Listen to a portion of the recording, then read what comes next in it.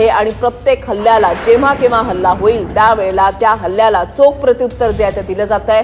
राजस्थानमध्ये आतापर्यंत 30 ड्रोन जे आहेत ते निकामी करण्यात आलेले आहेत। जम्मू काश्मीरच्या नगरोटामध्ये पाकचा ड्रोनच्या माध्यमातून हल्ला, मात्र हा ड्रोनचा हल्ला सुद्धा निष्क्रिय झालेला आहे। हा हल्ला सुद्धा परतवून लावण्यात आलेला आहे।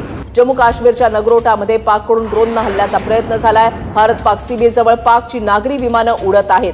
महत्वाची बातमी आपण पाहताय, नागरी विमानांच्या आडून पाककडून ड्रोन हल्ला जो आहे तो केला जातोय। काल सुद्धा पाकिस्तानची हीच रणनीती होती की नागरी विमानांचा वापर जो आहे तो करण्यात आलेला होता।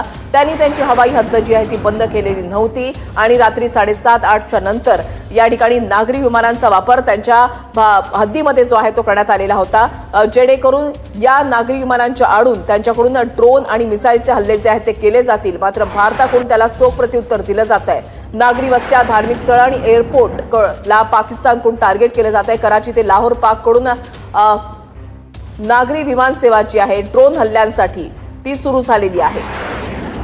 पाकिस्तानची वेगळीच खेळी जी आहे ती म्हणावी लागेल। माणुसकी शून्य पाकिस्तान, त्याला कुठलीही पर्वा नाहीये। फक्त भारतावर हल्ले करणं, भारताच्या नागरिकांवर हल्ले करणं, नागरी वस्त्यांना टार्गेट करणं, धार्मिक स्थळांना टार्गेट करणं, एअरपोर्टना टार्गेट करणं, एअरबेसना टार्गेट करणं एवढंच त्यांचं लक्ष राहिलेलं आहे। मात्र भारताकडून त्याला चोख प्रत्युत्तर दिलं जात आहे। पोखरणमध्ये पाककडून तुर्कीच्या ड्रोनद्वारे हल्ला करण्यात आलेला आहे। हेच तुर्कीचे ड्रोन आहेत जे निष्फळ ठरलेले आहेत, निष्क्रिय ठरलेले आहेत। त्याच्या प्रत्येक हल्ल्याला, या प्रत्येक ड्रोनला पाडण्यात आलेला आहे, निष्क्रिय करण्यात आलेला आहे। भारतीय एअर डिफेन्स सिस्टीमनं निष्क्रिय केलेला आहे। बारामुल्लामध्ये 8 ते 10 स्फोटांचे आवाज जे आहेत ते ऐकू आलेले आहेत। पाकिस्तानमध्ये काही ठिकाणी हल्ला झालेला आहे। बारामुल्लामध्ये 8 ते 10 स्फोटांचे आवाज जे आहेत ते ऐकू आलेले आहेत। नापाक हल्ले करून पाकिस्तान पुन्हा एकदा तोंडघशी पडतंय, सातत्यानं तोंडघशी पडतंय। कोणकोणत्या भागांमध्ये ड्रोन आणि मिसाईलच्या माध्यमातून हल्ले होत आहेत, प्रत्येक अपडेट्स आपण या ठिकाणी पाहताय।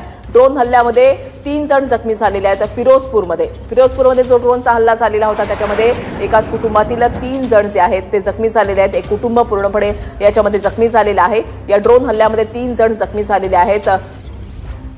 जीवितहानी काहीशी या ठिकाणी झाल्याचं पाहायला मिळतंय।